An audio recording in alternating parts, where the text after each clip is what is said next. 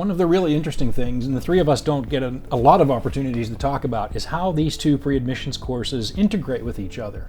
And I know that we have some students, when they take both courses at the same time, there's a bit of anxiety. They're concerned about can they manage the workload. But I think the two courses are remarkably synergistic, and maybe we could just talk a little bit about how we see the two courses integrating with one another to fully prepare students for the rest of our fabulous curriculum. Well, it's interesting. I don't know if I personally have a preference as to what course I would recommend that people take first. I don't think it matters because they're so complementary, as you say. I do think that many people see the data in isolation, and they really need to know that once they interact with human systems and human behaviors, those are totally unpredictable and shift the equation, so to speak.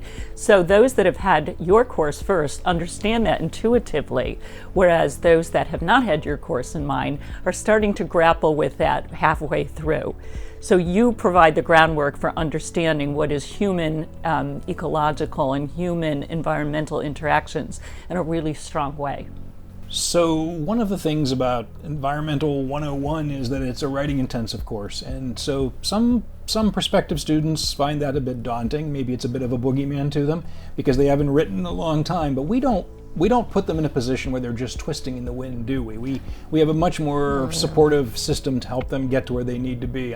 Would you Exactly, share some yeah, comments? and students themselves get really excited when they come to class and they see 7 teaching assistants helping students in and out and ensuring that they have their sections or the office hours. There is a study lounge that our extension school in our class we use. So writing should not scare people because we expect them not to know everything, and we expect them to give them everything for them to be successful. And usually people who come focused and want to achieve that, that's the case.